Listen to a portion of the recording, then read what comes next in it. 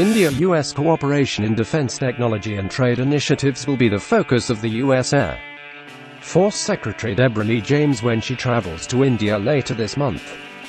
A proposal to jointly produce aircraft will also come up for discussion.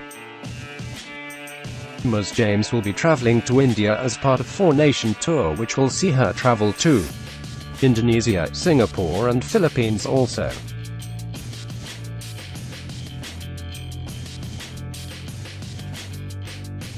Her talks with Asian countries will include discussions on the South China Sea controversy and threat of terrorism in the region.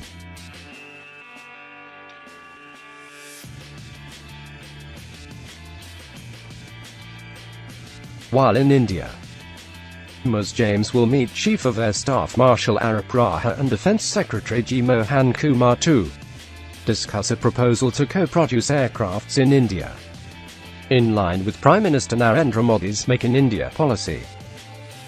We will be looking to see how we can deepen our partnerships and take it to the next level, Ms. James said about the focus of her upcoming visit. The United States is very interested in following up the defense and trade initiatives discussed during U.S. Defense Secretary Ashton Carter's visit to India in April, Ms. James said.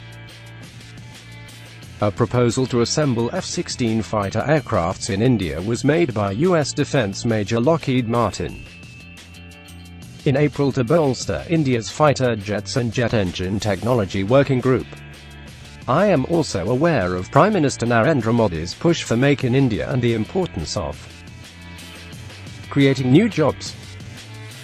Proposal to co-produce certain aircrafts in India is one example of something that will be useful from a military standpoint but also might play into the Make in India campaign.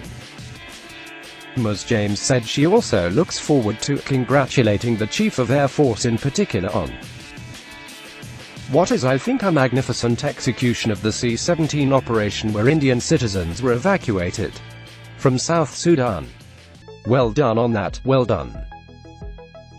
Asserting that the United States of America considers the recent ruling from The Hague on South China Sea to be legally binding on all parties, Ms. James said that Washington hoped all of the claimants in the South China Sea will exercise restraint in the future and will work to lower tensions. She added that the U.S. stands very firmly behind the principle of freedom of navigation.